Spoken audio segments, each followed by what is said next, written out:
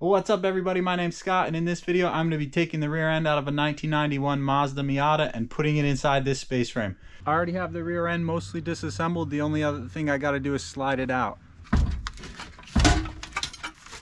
Need a bigger crowbar.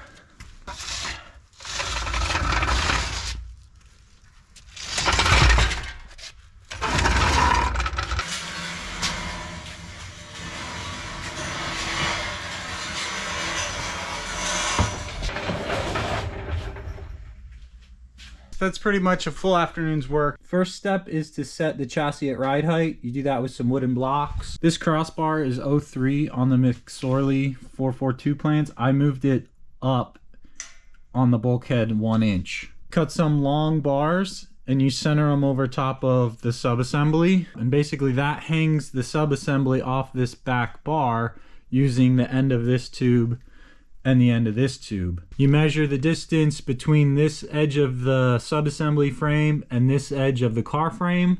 You do the same thing on this side. That locates the chassis left and right relative to this back frame. The next thing you do is you just hold everything tight and you put a tack weld. And you tack weld it right there. After you do that, you can measure the space between this bar and this bar. And you set them the same, and then you can tack that bar right there and this bar right here. Once the frame is tacked and these bars are tacked, you can use a square, and you basically put a square against these bars and you run it up to the back of the car chassis, and that allows you to square this tube and this tube right here. So you can see the bubble, and as I jack that bubble's kind of able to move, and that allows you to set the angle of the back subframe relative to the car chassis. Factory plans basically call for a kicker that runs from this bar back up to the main hoop assembly like that. The next piece I need to make is the back, which is 3/4 inch round tube. I don't have any equipment to bend round tube, so I'm basically going to heat this up with a torch and just bend it by hand.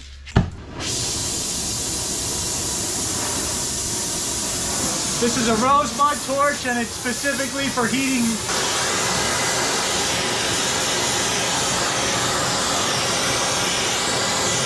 You can see through here where it kind of kinked the tube down. That's why I heat it.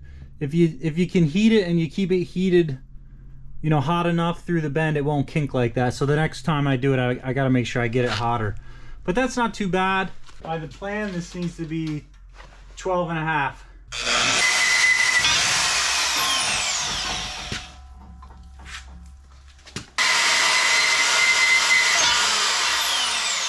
So that's a good way to bend pipe if you don't have any equipment. But when I get to the roll cage, I'm definitely gonna either have to find somebody that has a tubing bender or find a shop that will bend a piece of roll cage tubing for me.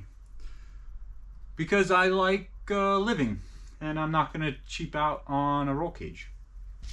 I have this 3/16 inch cold rolled bar stock that is 3/16 by 4. So I'm heavier steel than is required because I have this stuff on hand. So like to use the stuff that I have, even though it's a little bit heavier and thicker, for a roll bar mount to me seems kind of like, why would I go buy thinner steel to make the roll bar mount? That's just silly.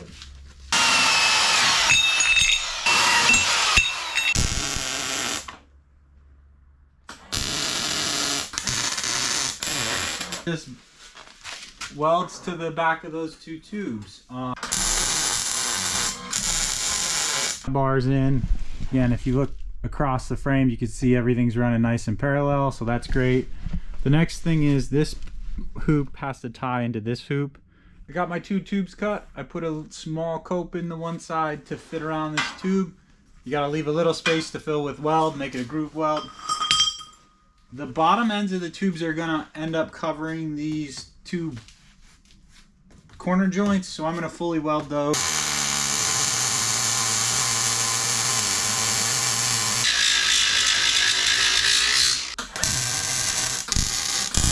This thing is starting to look like a freaking car. All right, got my tube. This is one of the shock bolts, so that thing has to be able to come out of there and clear that. So it's going to be a problem. I cut too much out of this. I'm only thinking about this now, but the fender mount has to go on here. So these basically, they need to be perfect. And that ain't perfect. Oh, stupid.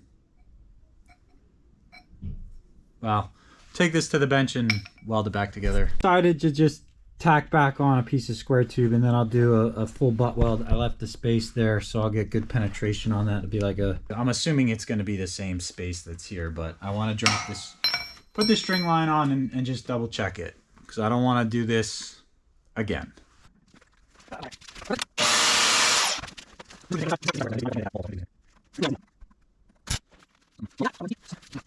The next piece I need to work on is there's supposed to be another bar that basically runs through the back here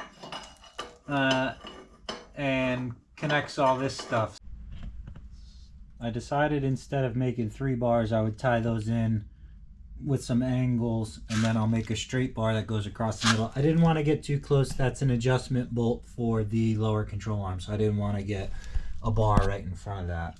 So, and then same on the other side. The next thing I'm going to do is on these mounting plates, I'm going to tie these in. This is the cutoff piece. It's already got an angle on it. I'll just flip it, put it right there, and weld it back in. The entire back half of the chassis is basically something I'm building as I go. So you need load transfer through your structure. So if you don't have good load transfer, that equates to stress, and stress is what makes welds break and tubes bend.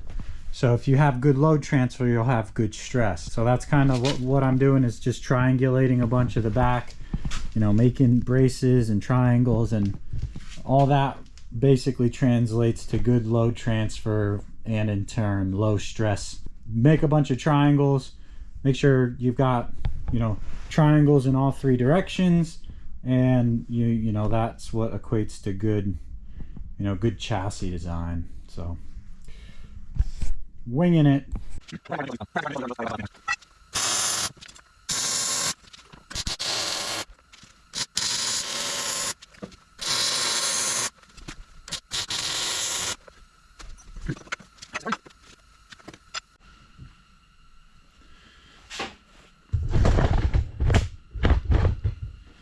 So the rear end frame is about 90% done. The rest of it kind of relies on the drivetrain, because I have to build the trans tunnel which mounts in here, and I don't know exactly what size I'm going to make the trans tunnel because I don't have the motor and transmission available to be mocked up. They're still in the Miata. So I think what I'm going to do is clean up a little bit. I'll over-end the chassis and I'll start working on the front end. The front suspension, basically, again, it gets pulled off the car, but I have to build the control arms, and that's going to take a little bit of time and patience. So I think I'm really happy with where the back is. This thing is going to be stout as. I'm not concerned about this at all.